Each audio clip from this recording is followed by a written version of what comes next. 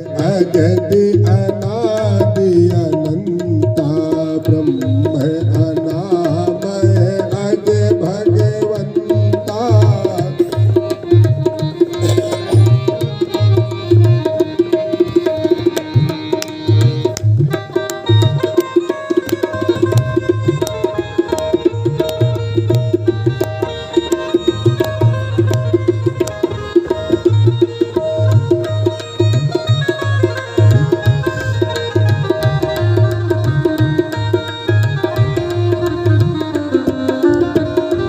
भगवान का अवतार इस पृथ्वी पर जब होता है, जब इस पृथ्वी पर गोदोज देन देव हितकारी कृपा सिंधु मानस तन धारी को।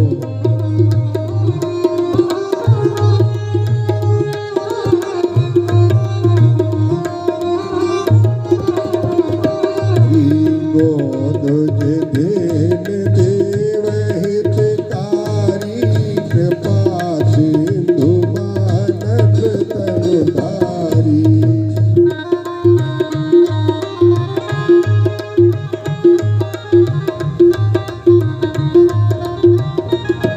गोदुज देन देव हितकारी कृपा सिंधु मानस तनु धारी। भगवान इस पृथ्वी पर गाय ब्राह्मण पृथ्वी संत कन्या के लिए आते हैं। ये मानव जीवन बड़े दुर्लभ से मिलता है, इसलिए ई लोग सुखम भुक्त्वा पारलोकम तथैव चा। अगर हम विचार करते हैं कि अरे अभी तो बहुत समय है, बहुत आयु शेष है, मान लीजिए कि कलयुग में 100 वर्ष की आयु का प्रमाण है, अब इससे ज्यादा नहीं है, इसके पहले ही आदमी जाने लगा है।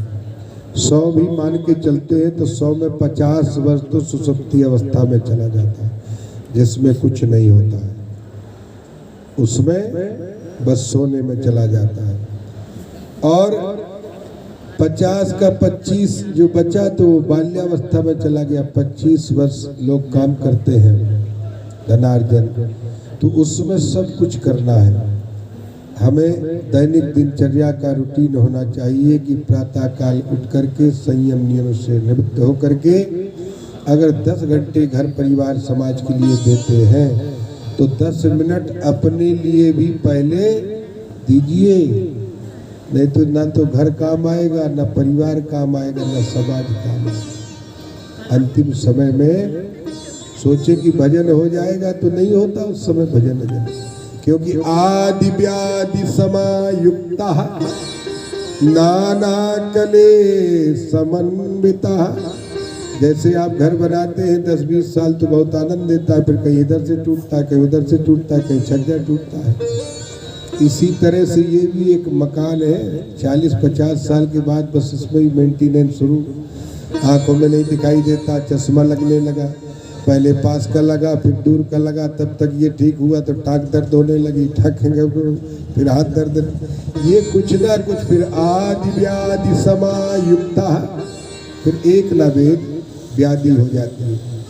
इसलिए नित्य प्रति जैसे हम जीने के लिए भोजन रोज करते हैं, किसी भी परिस्थिति में रहे, सतम विहाय भोक्तव्यम, 100 काम छोड़ करके आप भोजन करते हैं। क्यों? ये शरीर पंच भौतिक है, 5 तत्वों से जल पृथ्वी वायु आकाश और अग्नि।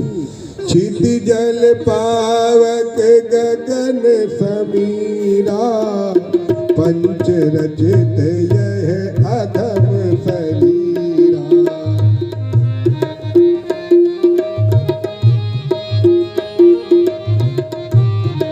5 तत्वों से एक शरीर चलता है कि भोजन जरूरी है, पानी जरूरी है, हवा जरूरी है, सब कुछ। इसी तरह से सतम विहाय भोक्तव्यम सहस्त्र विहाय भजनम च, 1000 काम छोड़ करके भजन भी करना चाहिए, क्योंकि अंतिम समय में कोई चाहे कि भजन हो जाएगा तो भजन नहीं हो पाता है। कोटि कोटि मुनियतन कराही, अंतराम कही आवत नाही। कोटि कोटि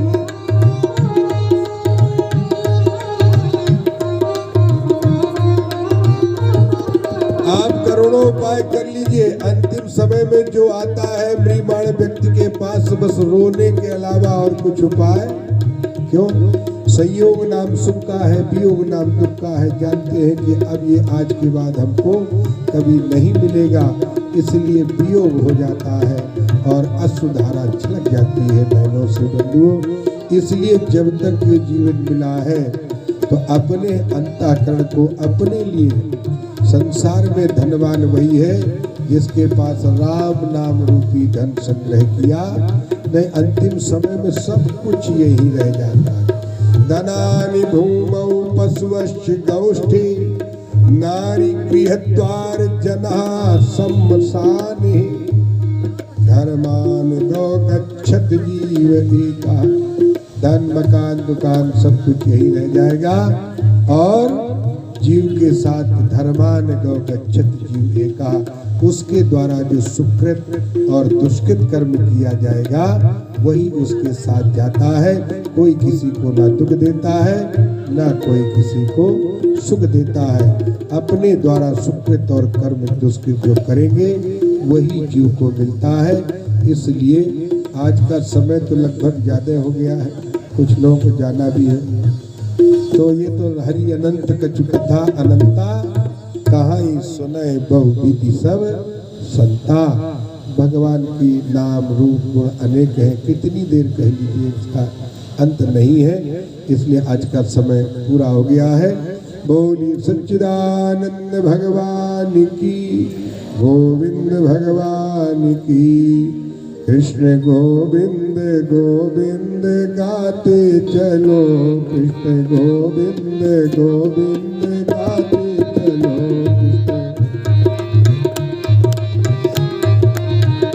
मन को विषयों के विष से हटाते चलो, मन को विषयों के विष से।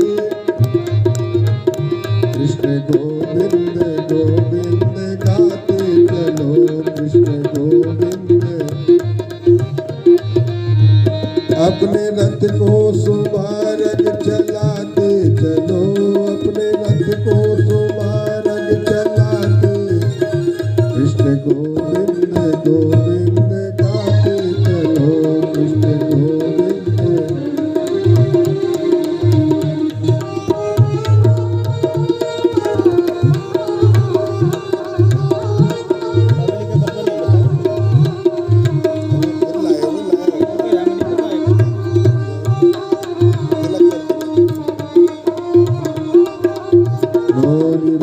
कृष्ण भगवान की, गोविंद भगवान की, सच्चिदानंद भगवान की। जो जहाँ पर बैठा है अपने श्वास को ब्रह्मांड तक ले जाएगा, इसलिए परम पिता परमात्मा से प्रार्थना करेंगे स्वर्गवासी आत्मा को भगवान अपने श्री चरणों में स्थान दे। पीछे जो माताजी परिवार छोड़ गई हैं, भरा पूरा परिवार छोड़ कर गई, बेटा बेटी पोता पोती सब कुछ, तो वो हमेशा भक्ति के पथ पर चलकर के समृद्धशाली जीवन को जिए। बोलिए गोविंद भगवान की।